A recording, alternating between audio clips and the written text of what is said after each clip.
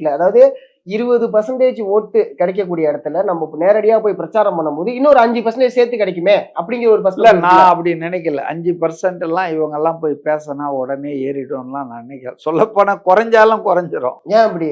ஏன்னா அவங்க போயிட்டு அங்க பேசுற விஷயங்கள், அங்க நடந்துக்கிற விஷயங்கள். அதனால மக்கள் வந்துங்க 5 வருஷம் உங்களை அப்சர்வ் பண்ணிட்டாங்க.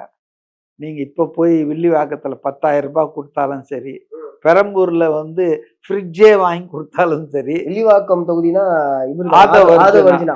அவரே வந்து சொத்து மதிப்பை மறைச்சு காமிச்சிருக்காங்க அப்படிங்கிற ஒரு குற்றச்சாட்டு வச்சு ஏங்க? அவருடைய வேட்புமனுவை நிறுத்திருக்காங்க. நிறுத்தலாம் இல்ல, ஏத்துட்டாங்க.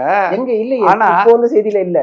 ஏத்துட்டாங்க. அவரே பேசினார். நான் இப்ப கொஞ்ச நேரத்துக்கு முன்னால பார்த்தேன். அதாவது வந்துங்க இதெல்லாம் அல்பத்தனம். அதாவது எதிர்க்கட்சி வேட்பாளர்களை ஏற்கக்கூடாதுன்னு சொல்லி ஒரு 30-40 வழக்கறிஞர்களை வச்சுக்கிட்டு டிஎம்கே டீம் சுயேட்சை பேர்ல அந்த பேர்ல அங்க உட்கார்ந்துக்கிட்டு வாழ்க ஒழிக கோஷம் போட்டு கேவலம் இதெல்லாம். விஜய்க்கு இங்க இருந்து சொல்லிருக்காங்கல்ல பெரம்பூர்ல, அவங்க சொன்னது பாமக. நீங்க ஏன் இஷ்யூ எல்லாம் எடுக்க மாட்டேன்றீங்க? அதாவது ஜம்ப் ஆகுறீங்க, நீங்க ஜம்ப் ஆகுறீங்க. நான் சொல்றதை கேளுங்க. ஆதவர்ஜுனா வந்து ஆட்சியில எதுலயாவது இருந்திருக்கிறாரா? இல்ல. எம்எல்ஏவா இருந்திருக்காரா? இல்ல. அதிகாரத்துல இருந்திருக்காரா? அரசாங்கத்துல இருந்திருக்காரா? எதுவும் இல்ல.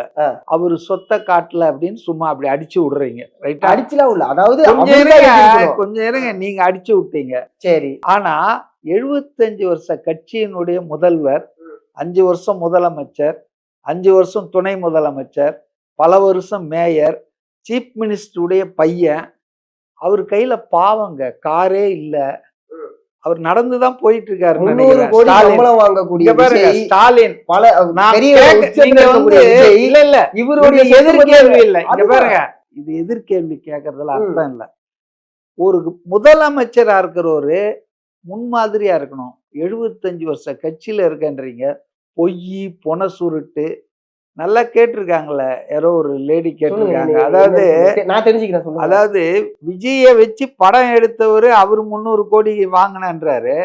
ஆனா படத்தை எடுத்த தயாரிப்பாளர்கிட்ட காரு இல்ல, எனக்கு சொந்தமா ஒண்ணுமே இல்ல, கையிருப்பு 10,000 தான் வச்சுட்டு இருக்கேன்றாரு. சோ நீங்க வந்து செலக்டிவா பேசக்கூடாது. ஆக்சுவலா வந்துங்க ஆதவர்ஜுனா வந்து பதவியிலே இல்லாத ஆள், சாதாரண ஆள். அந்த ஆளு ஆமாங்க, சாதாரண ஆள் தானே அவரு. ஏங்க அவரை விட பெரிய பல நிறுவனங்கள் இருக்கு அப்படின்னு சொல்லிருக்காங்களே. ஏங்க ரெட் ஜெயண்ட்டுக்கு இன்ப நிதி எத்தனை வயசுல சிஇஓ ஆயிருக்காரு? அது மாதிரி இந்தியால ஆயிருக்காங்களா யாராவது?